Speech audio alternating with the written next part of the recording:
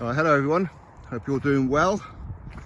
I'm just walking around as usual, thinking about boxing. Now I'm thinking about, obviously the Christmas period is somewhat over now, New Year's approaching, and I'm thinking about some of the highlights for me personally. And again, I'm not talking about knockout of the year, trainer of the year, all that kind of stuff. No, I'm talking about personal highlights that meant a lot to me this year. So of course that's what I'm going to talk about in this video.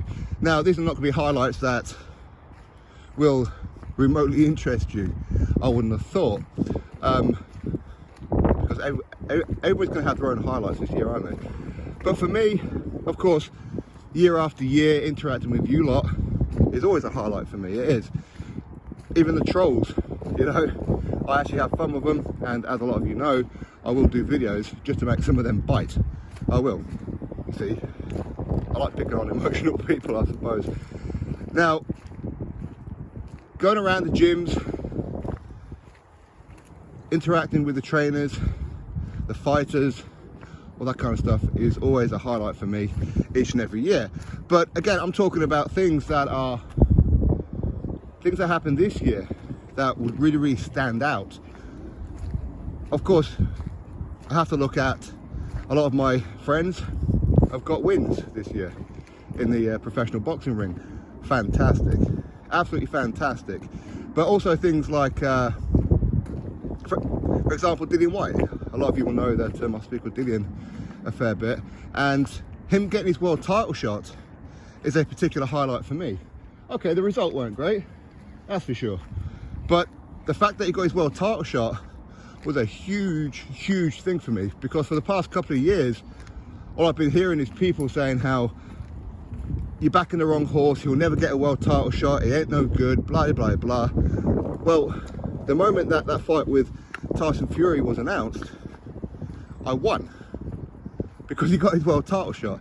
That was always the thing. It was never really about the result. Of course I would have loved him to have become world heavyweight champion. Who wouldn't? You know, when you speak to people and they get opportunities, of course you want them to win, all right? But it was always going to be an uphill struggle, of course. But the fact that he got his world title shot was a big win. No matter what happens in his boxing career, I fought for the world heavyweight title at Wembley Stadium, 94,000 people, where the tickets went in record time as well.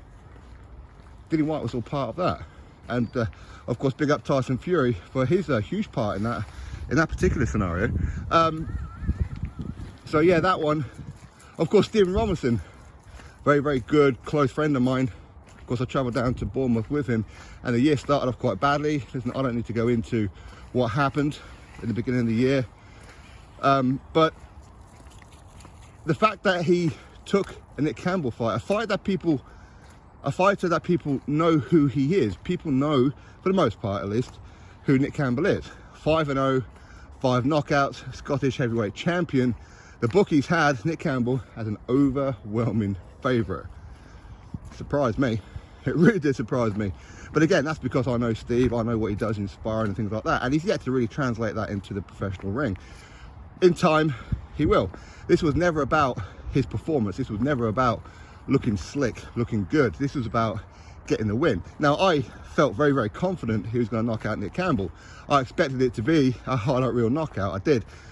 But either way, he got the win by knockout. The referee stepped in. Some people say it was too early and all that kind of stuff after dropping him twice, which is ridiculous, because where I'm sat at ringside, just to my left, Nick Campbell's team on 2 occasions in that 4th round was about to throw the towel in, including when the referee stopped the fight. They're about to throw the towel in. So again, if you want to say the referee stopped the fight early, that's entirely on you. But his team was about to throw the towel in. It would have been stopped anyway. But that of course, knowing everything that Stephen went through this year, for him to come back and get that win, it was the result that mattered, not the performance. And he did it. I was so proud of him. I'm proud of him anyway, win, lose or draw. I'm always going to be proud of him, okay? Again, because he's a pal of mine. But again, other standouts for me, it's been very nice watching the rise of boxer Ben Shalom with Sky Sports over like the last 12 months. Being that only 6 months previous to that, they had no stable, none whatsoever. Look at what they've done. They're really closing the gap on Matchroom. They are. Could they arguably have taken over Frank Warren? Yeah, very possibly. Very possibly. But just watching their rise with some of the fight nights that they've put on, some of the prospects and things like that. Listen, I've had my moments with them, and, you know, I've been somewhat told off by them as well. Listen, I've been told off by Queensbury as well this year. Would that be a highlight? Maybe. But at the end of the day, just watching another promotional outfit do what they've done has been a highlight for me. It really has. Not because I want Eddie Hearn to slip, not at all. I want somebody to fire something under Eddie Hearn to put on better and bigger fight nights. That's what I want him to do, and I'm sure he will respond this year in that way, which of course he's going to light a fire under Boxer, Queensbury and whoever else to improve their product too. Fantastic, right? All women's card, again, what Sky Sports Boxer put on. Very, very risky move to put on an all-female card. Again, of course, in my recent interview with Georgia O'Connor, we spoke about that. Is it a good thing to do that? Should it really be about boxing? Shouldn't it really be segregation and whatever else? But the fact that they've done it, when people said it will never take off, well, it did. Massive, massive numbers. That was a huge highlight for me. That was just to see. Again, listen, maybe I'm a bit impartial. I know people say I shouldn't be impartial because I'm a YouTuber. Listen, I'm always going to be that way. I'm always going to be biased, especially when it's people that you know personally are on particular cards. Of course, I know personally Georgia O'Connor and April Hunter. Of course, very, very close with them too. Savannah, of course, I know her. But the fact that they've done that is setting a new precedent, isn't it? Absolutely fantastic. So that was for me a personal highlight as well. Now, also the local shows up here in the Northeast, in Newcastle, Sunderland, Rayton Arena, the Hilton Hotel, all these kind of ones, it's been fantastic for me. And big shout out to Phil Jeffries and Matty Jobs for having me along, where over the last 2 shows I've managed to live stream it. Okay, it's not Sky Sports level, of course it isn't. As far as the production is concerned, I've never live streamed in my life, so I think considering 2 shows with the limited equipment that I have, I think I've done quite well. But it's only going to get better. It's going to get better and better and better. I've learned from it all, and the next show could be April 1st. Could be. But anyway, we'll have to wait and see. But either way, just being part of their team for Phil Jeffries and Matty Jobs, the way that they've kind of like welcomed me in. And I love watching the local prospects, because in some ways I'm kind of living the life through their eyes, through their achievements of what they do, for something that I never could do. You know, I always wanted to be a boxer, but I was never disciplined enough. I wasn't, and you know, that's the reality of it, and that's the reality for a lot of fighters, isn't it? For a lot of people who want to be boxers, who want to be footballers and things like that. I mean, football was always kind of like my thing anyway. I did play for Reginald Diamonds for a little while.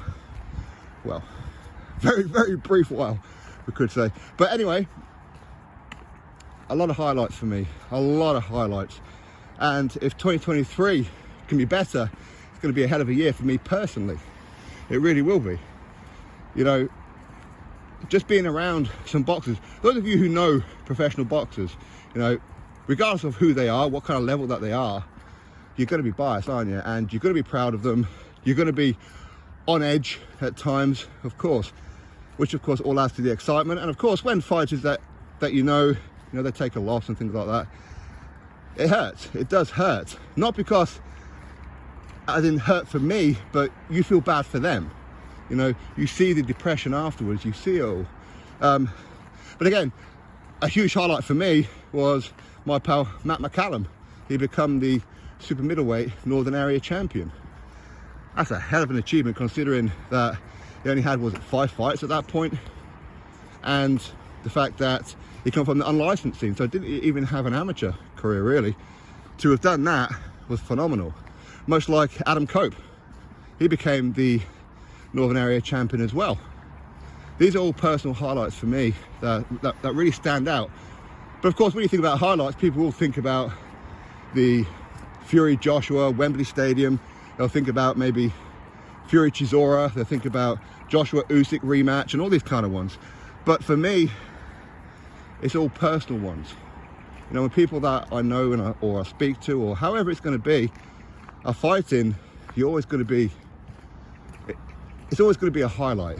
It is. And hopefully 2023 we get a lot more of them. And of course I do plan to go around plenty more gyms. I know that as far as my channel performance this year hasn't been as good as it has been in previous years, but again, a lot of that was down to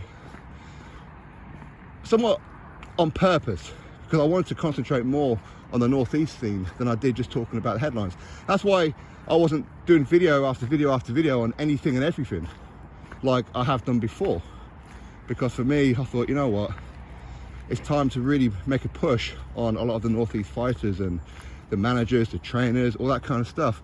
So anyway, of course, you drop me your personal highlights in the comment section below, and there's gonna be plenty that I've forgotten about, because obviously I don't have notes. I'm just out here free walking.